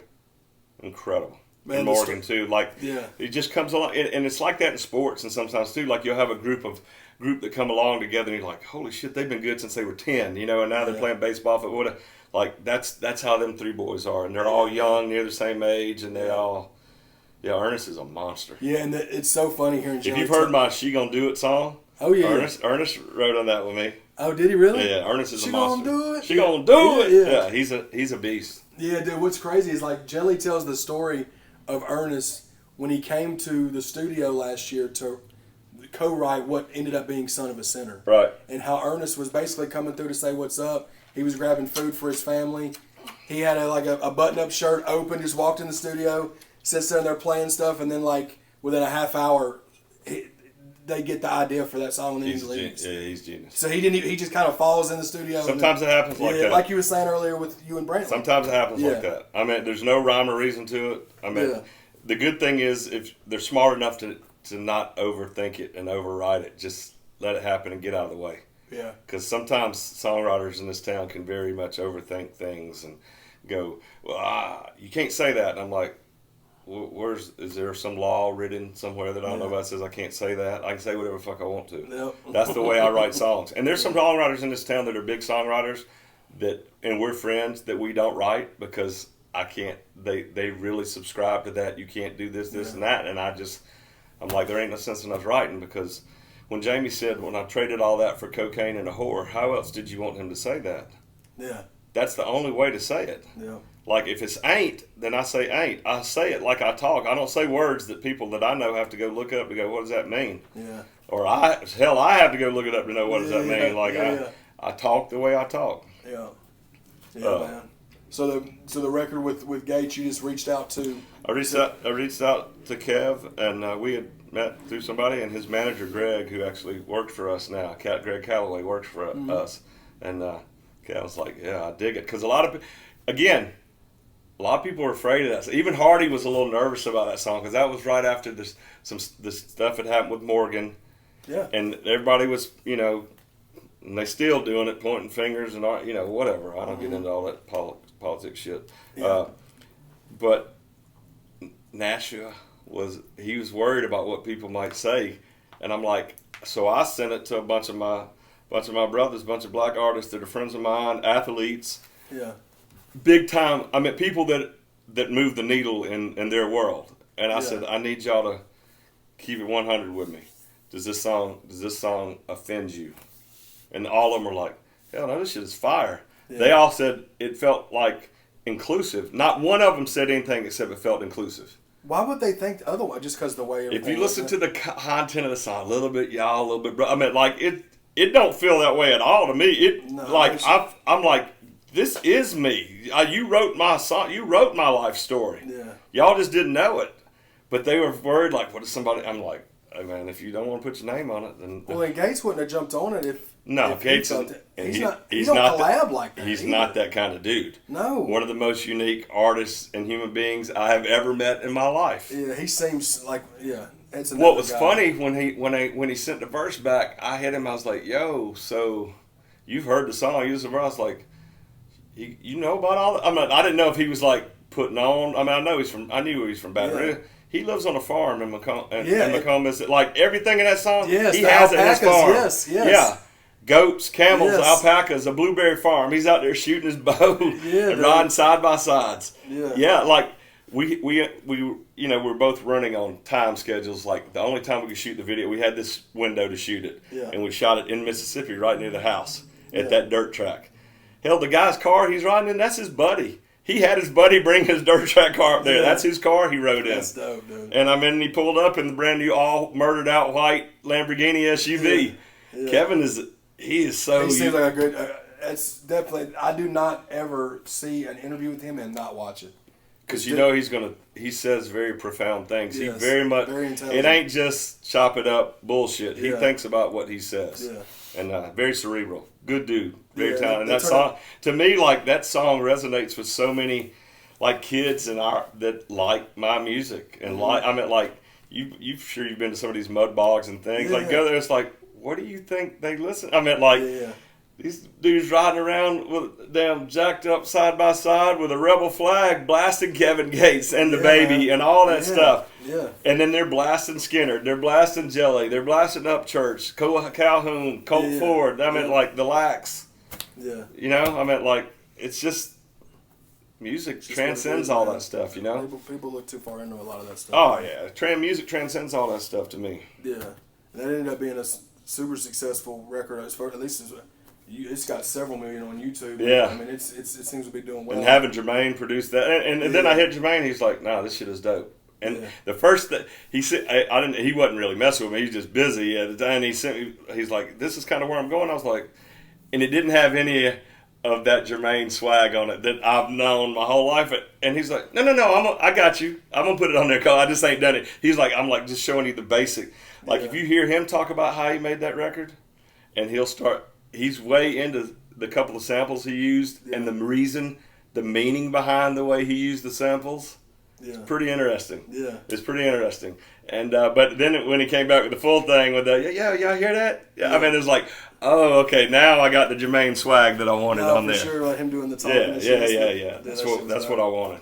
So it was cool to do that, and again, I love doing that kind of stuff. I'm at mixing genres and all that. So do the fans. Fans love that. No, for sure, man. The mashups. We've been working on trying to do a tour or some shows together, me and Kevin, and I was like, that'd be. To me, that'd be fun as shit. Oh, dude, that would be great. I think it'd be wild. Yeah, for sure. And then you did. I noticed too. Somebody else has been on the channel that is Dusty Lee. Yeah. You jumped on his American Made. I like Dusty. Yeah, Dusty's good people, man. I met him last year. He made a trip to Nashville just to do the interview, and then he jumped on the podcast, and then he had to head somewhere else.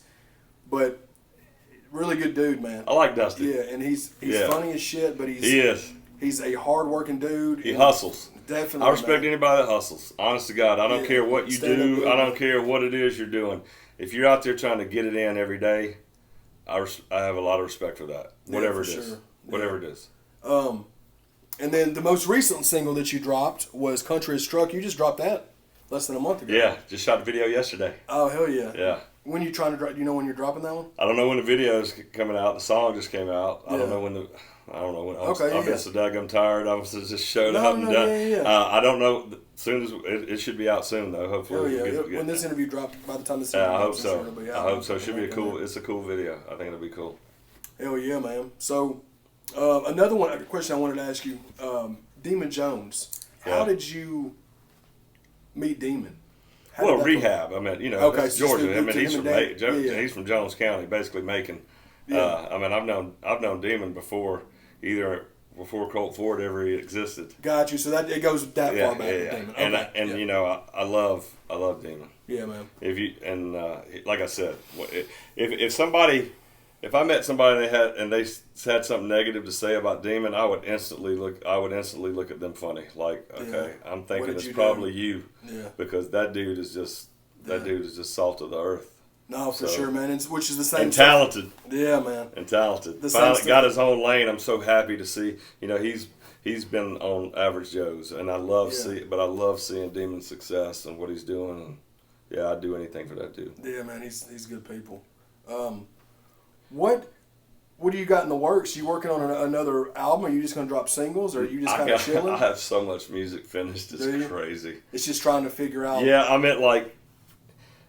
As obviously the whole world turned upside down with COVID and the pandemic, and there was no blueprint. There was no like, okay, you remember back in '84? It's like, nope, this has never happened. Mm-hmm. So there was no roadmap to go. Well, what do we do? Do we put music out now? Do we not put music out now? Can we what do you do? And I think we're still out trying to figure that out. Like what to do. But I mean, I have 2 albums, country kind of records worth that are basically finished. I got a new song, and I'll play you some off camera. I got some new stuff coming. Obviously Country's Truck. Now I got a new song with Dylan Carmichael called Must Be the Country that is just, it sounds like '94 Brooks and Dunn, man. I mean, it Which is is just, my favorite shit. Brooks and Dunn. This in the will be 90s. this will be your jam. Yeah. Like I got a bunch of new stuff. I got a song with Tim Montana, the school. Me and Brantley got a brand new song together called "Raised Around Here" that is ass stomping like old school ass stomping rockin' country that me and Brantley. I mean, so it's fun. I just trying to figure out when, and then I'm doing more of a straight hip hop project. Oh, Like dope. She Gonna Do It and stuff Yeah. like that. And I just about to shoot a video for that, and I put Angie K on. Ended up doing this on this version. This girl, she is absolute fire. Yeah. Killed it. And so we're just trying to figure. And then hadn't really told you about this. I got about an 8-song project that Manny Fresh produced. That's what I was fixing to ask you Yeah. because last year when I first met you, Yeah. you had mentioned that you were potentially So working with him. we've got about Yeah. 8 songs, and I'm trying to get that finished to see where we Yeah. put that. So I just work, man. Yeah, I like that's what working. it's about, dude. I like the process. I like working. I like watching it start from here. And maybe we was like, "What's the most fun?" It's all fun. It's fun for different. This is fun. Yeah. To talk about Yeah. it. It's fun to write. Yeah. It's fun to Yeah. record it and have it mixed. It's fun to let people hear it. It's fun to play it. I love working. I just love the people, man. Like I've always felt like I was kind of the man of the people. I felt like that's why it worked for me. Early on, I mean, they could relate to me. They knew they'd see me at Waffle House and Walmart and whatever, and that's still where you see me at. Like I don't have planes and jets and fancy Mercedes and all that shit. I ain't got it. I just don't care about it. Yeah. And I don't begrudge anybody else that does care about it and it's just want not it. your thing. I'm just older now, and I'm like, it ain't about that to me. Does it ever feel like work? Sometimes. Yeah. There ain't no. I tell people this all the time. One of the harder things is I can't talk to people that do normal jobs and tell them about my life where they will understand it. No, because they're going to be like, If I say anything negative, I'm being a bitch or a crybaby or really you're spoiled. It's like, but I get tired. Yeah. I get worn out. And it's a job for me. Don't get me wrong. yeah, It's a fun job. yeah, Playing music and all of a sudden some girls, there's multiple titties hanging out and people right. It's fun. Don't get me wrong. It is a fun job. Yeah. But there's a lot that goes to getting to that part of the job. yeah. And so you get tired when you're on the road nonstop, and you miss your youngins, you miss your kids, you miss a baseball game, you miss a birthday, you miss an anniversary. I mean, it sucks. Yeah. But I can't say that to my dude that goes to work 9 to 5 at at his place, and he's like, really, you're complaining you get to see 20-year-old titties every night? It's like, yeah, but after a while you're like, yeah, they're cool. I've seen them. That's great. Yeah. But it gets old sometimes. Yeah. And as I've gotten older, it ain't as easy. It ain't as easy as it used to be. But I still, nothing, and there's no way to explain that on stage. I mean, you do music too. Yeah. I know you do. Yeah. I've listened to like, you cannot tell anybody what that feeling is like. No, man, it's definitely something that's. And it don't matter if it's, I've done it. I had the same feeling if it's 50 people or 50,000. Yeah, man. And I've done both of them. Yeah. Yeah. So it's still fun to me. I still love creating. I still love going. It's like doing like the first thing that kind of got it started thinking about making the hip hop record was I did this freestyle over Kevin Bate over Big Gangster. Oh yeah. I don't know if you've heard that. I don't know if you've heard that verse. And people were like, that shit went like 1 million impressions. Was it on TikTok? I think it was on Or there. Like Instagram or 24 something? hours. They Yeah. were like, whoa. People were like, whoa. I didn't know you could do that. And I'm like, You was on the bus, right? yeah, I was just, I saw that. and people were like, wait a minute now. And I'm like, well, I meant, full disclosure, there's a lot of great, but like, I'm not scared, if that's what you think. Like, I feel like sometimes I can do a lot of stuff that some of them can't, but I can do what they can do, but they can't do what I can do sometimes. So we all have different things that we do better, So it's been fun to make records like that, though. So I've been working on that, making some new records, doing a lot of writing.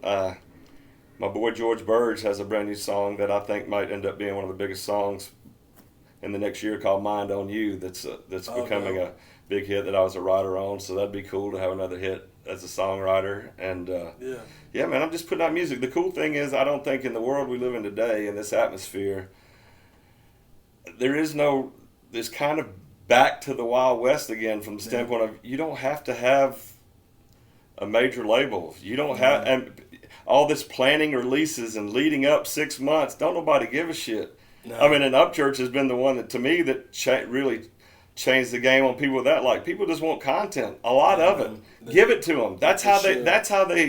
That's how they consume it now. Yeah. The old days of the way you used to have to do it and plan it. You got to have this, and you don't want this to step on that. Don't nobody care. No, man. If they like the song, they'll like the song, and if they like the song, they want it right now. People are getting tired of that whole super woke cancel stuff. That's starting to go away anyway. It's trash in general. But I'm just glad people are finally the people that were subscribing, a lot of them are like, this is crazy. What are we doing? I mean, at some point you gotta. I mean, like I ain't no book smart dude. Yeah. I don't claim to be. Yeah. I'm a street smart dude, and I'm a people person. Yeah. I understand that, and like most of the people I know think there's a lot of. I mean, there's always some truth in everything. Of course. Yeah. But like the overall consensus of some of the stuff is just nuts. That's not what I see with my people. Yeah. I mean, like, and most of the people I know. So people just had enough of it. Like, they don't care. They just want give me good stuff that I can listen to. Plus, music is DMC is who said it. He said music transcends politics and religion. For sure. Which I think is very cool because and he's right. I mean, you get people in there and you want them to have fun. Ain't nobody thinking about none of that stuff while we're in there playing. I mean. Yeah. Or at least I'm not. Right, for sure. Same here. And I ain't portraying that. Yeah. You know, and I ain't subscribing to it. I don't do the political thing. I mean, I think Tom McDonald is dope. Yeah. I mean, that dude, I think dude's a genius. I don't do the political stuff like that, and a lot of guys are doing it right now, and that's fine. It's just not what I do, but I dig a lot of it. No, same here. Like I think Tom McDonald. I mean, I couldn't do that. I mean, that dude's fucking too. dope. Like I mean, like that's crazy. I mean, I'd do a song with him for sure. I mean, I think he's dope as fuck. Yeah. But, you know, there's a lot of people in the country rap world that I've never done anything with. Yeah.